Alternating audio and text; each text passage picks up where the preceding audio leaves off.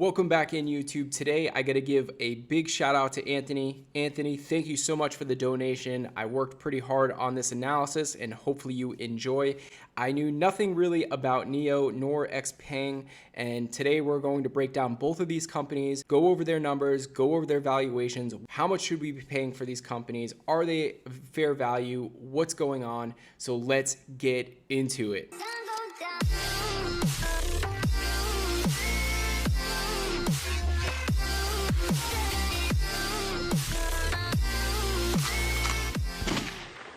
By the way, if you're new to the channel, welcome in. Shout out to Vinyu helping me out with this analysis.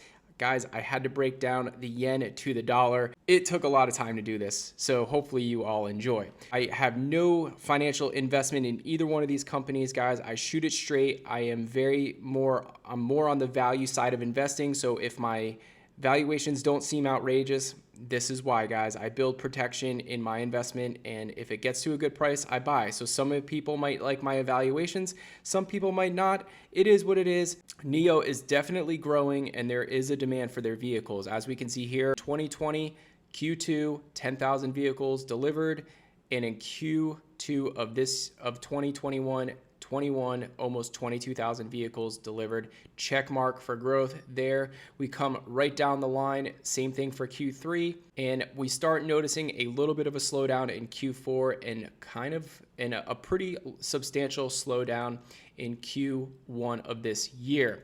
Now, a couple things we can tie to this. We don't want to make excuses first and foremost. There's been lockdowns in China, liquidity constraints, and one of the things about NIO, guys, is there is a lack of capital for expansion. Another downside to NIO, they are not vertically integrated like Tesla. They rely heavily on Zhonghuan Automotive in China.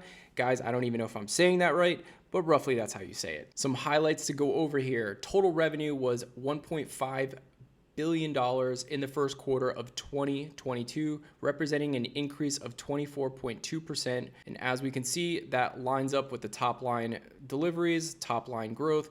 With these Chinese companies, you want to make sure everything is making sense, and that seems to make sense here. Gross profit was $228 million in the quarter, representing a decrease of 6.9% from the first quarter of 2021 and a decrease of 14.9% from the fourth quarter of 2021. So guys, not what you like to see going with a company that is trying to be competitive in the EV space. You want to see margins going the other way. To me, this is definitely something I would keep an eye on. Obviously, it could be inflation, it could be a lot of different things here, but margin expansion is what you want to see in growth companies here, okay? When we talk about these great growth rates, it takes away from the true growth rate when margins are decreasing.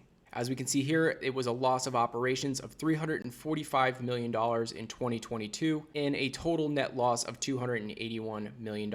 So we have margins shrinking. We have a company that is slowing down on the growth side, whether you want to equate it to shutdowns or you want to equate it to lack of capital for expansion. They are slowing down here in growth, and margins are shrinking. So we got some mixed signals here, guys. I'm just shooting it honest. You can, once again, I have no opinion on either one of these companies. So NIO did deliver 12,961 vehicles in June 2022, an increase of 60%, and NIO delivered 25,000 vehicles in the 3 months ended in June 2022, increasing by 14.4% year over year. So as we can see, June was a very strong month for the company. Cumulative deliveries reached 217,000 vehicles. They break down what models delivered the best. And just a heads up, they have two new models hitting the market in the near future, the ET5 and the ES7, so they are growing their line. Now, NIO does use a charging swap and a charging station. Pros to that is they could save on time swapping a battery versus sitting there and charging. Cons is you do have to find the gas stations that do provide these services. In my personal opinion, there is not a big enough disparity between NIO and Tesla to really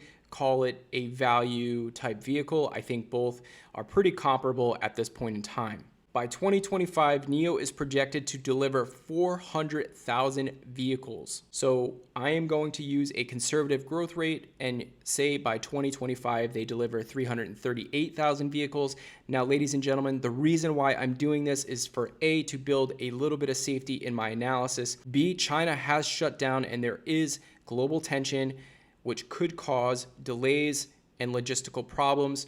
I just want to err on caution, so we're going to use a 50% growth rate and a delivery projection of 338 delivered vehicles. So what we're looking at right now is NIO's chart. Obviously, it's trading in this downward channel here, broke through, came back up, broke through once again, found some support and ripped back up into the channel. Now has an uptrend formulating and it's holding on to dear life. To me, I think with what's going on economically, I could see this thing breaking down and heading back to the downward end of the channel here and possibly reapproaching the $12 to $13 mark. Right now, tough to tell. It is holding some support here. So it is in a downward wedge though, guys. So the movement is down, okay? Long-term down wedge here. Bearish chart overall, trying to find some sort of upward trend and support. But to me, I think this could break down. So let's start with the growth rate, guys.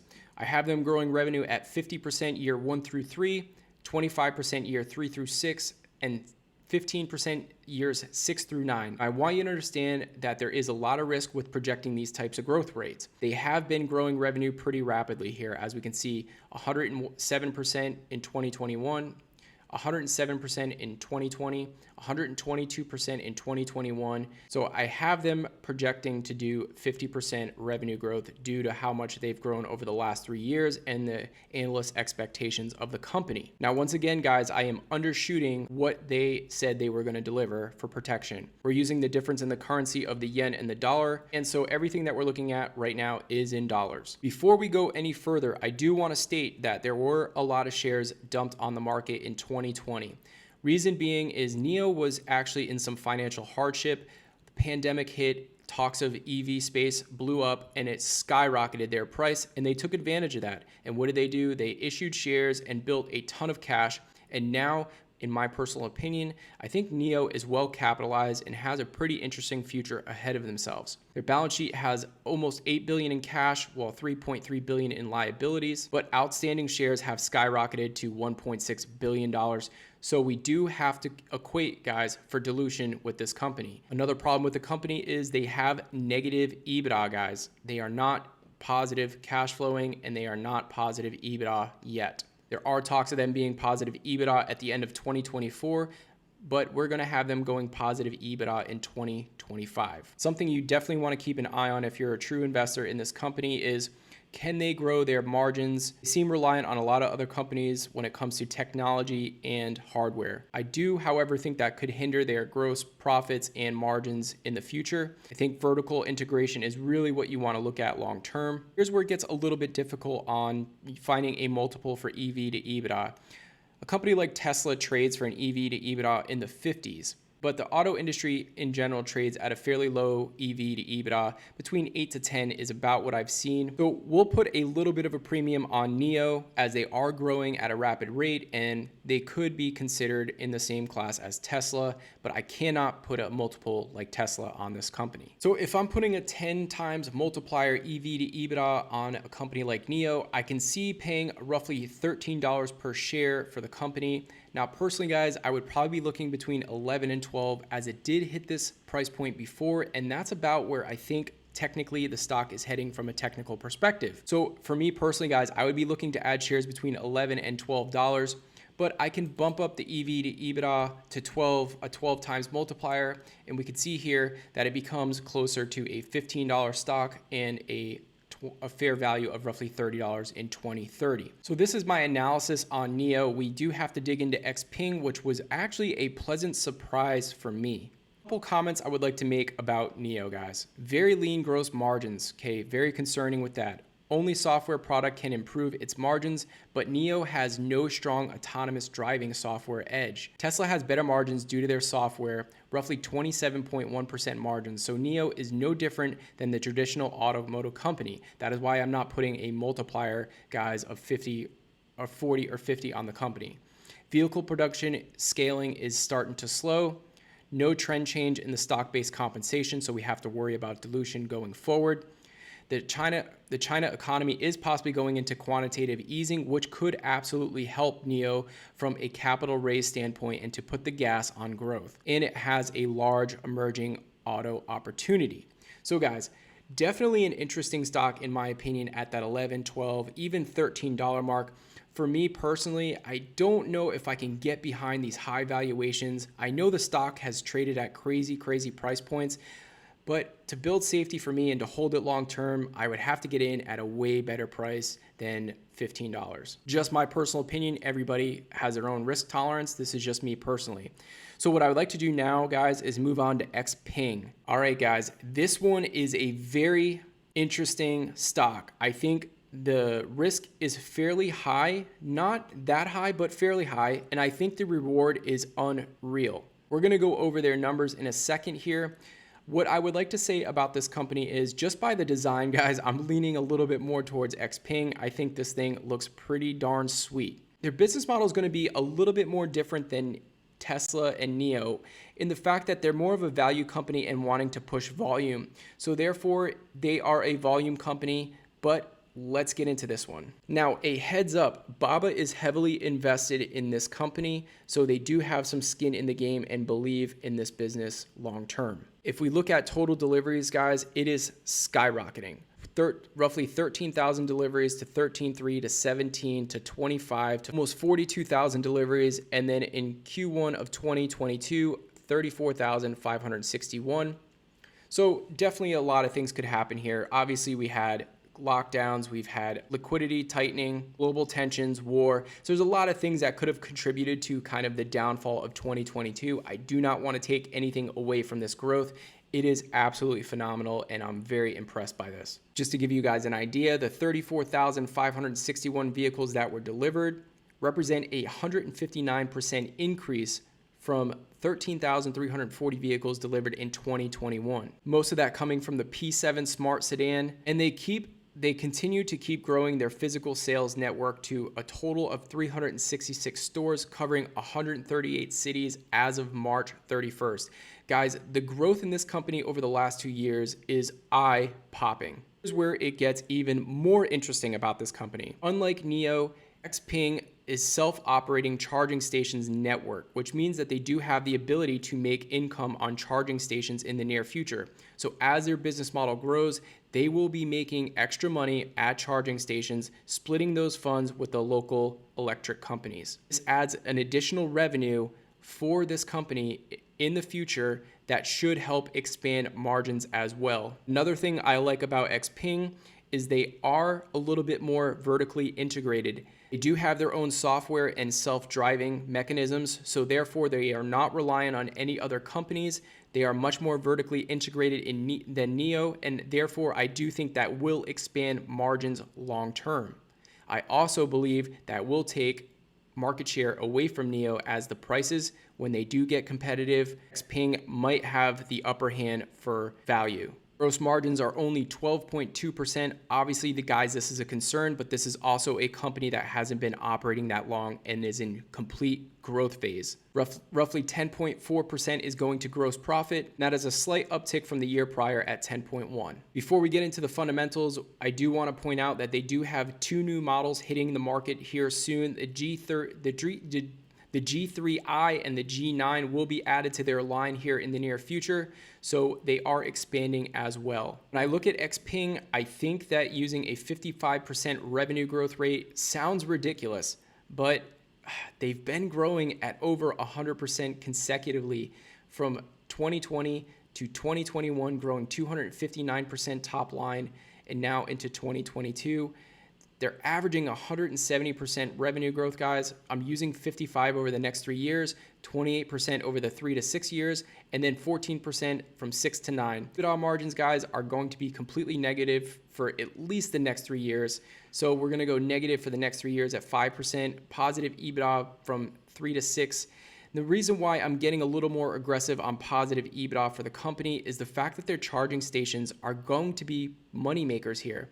And I do believe they have the ability to expand margins being a little bit more vertically integrated than NIO. Now, I want to give you guys a heads up. I am being pretty aggressive with these forecasts, but I also think the upside for this company is pretty phenomenal. We're going to go 15% margins out 6 to 9 years. Industry standard is around 12% EBITDA margins. Now, I know what you're thinking. You're saying, maybe I'm being a little too soft on the company. Maybe I am. I also see ability for their margins to expand internally, along with the charging stations being a moneymaker for them as well. So while CapEx is high, it's going to be a reoccurring revenue with the charging stations, and I think this could be a pretty big cash cow for them in the near future.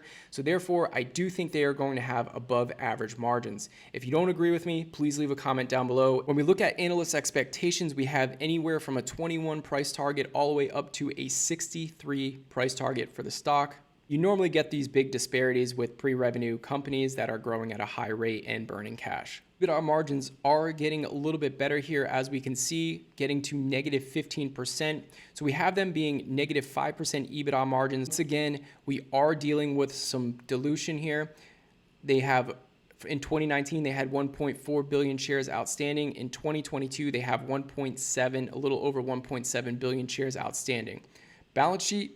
The balance sheet for the company is absolutely clean. Over $5 billion in cash, less than $700 million in debt. Problem is the burn rate is fairly high, but they have a few years of burn rate ahead. This is a pretty interesting risk versus reward in my opinion. When we calculate this out to 2030, I get a fair price target of $12.21 and a fair value of 2030 being $22.91. Guys, I want you to understand that I undershot a couple different things here to kind of protect myself. This company is growing so fast, it's really hard to dictate when they're going to be positive cash flow. They're going to have positive EBITDA. Can they even sustain that type of growth rate? You could easily put 60 to 70% growth rate for year 1 through 3, 40% year 3 through 6. I just can't do that in this market. I think you all can understand that.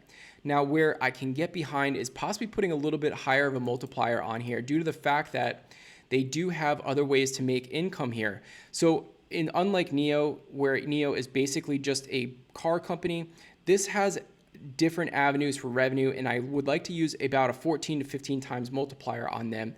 And if I do that, that gives me a fair price of around $16.50 and a fair market value at 2030 in $31. Okay, guys, pros and cons of this company. Once again, we're dealing with the same kind of cons: lean profit margins. It does have autonomous driving software, which gives it an edge over NIO. You can achieve higher margins due to that fact. Once again, no trend change in stock-based compensation, so we do have to account for diluting. Free cash flow is obviously very negative due to CapEx. Once again, the China economy could be going into quantitative easing, which could allow the ability to raise capital very cheap and expand their brand even more. They are also at a very early stage of expansion backed by Alibaba. Huge opportunity ahead for this company.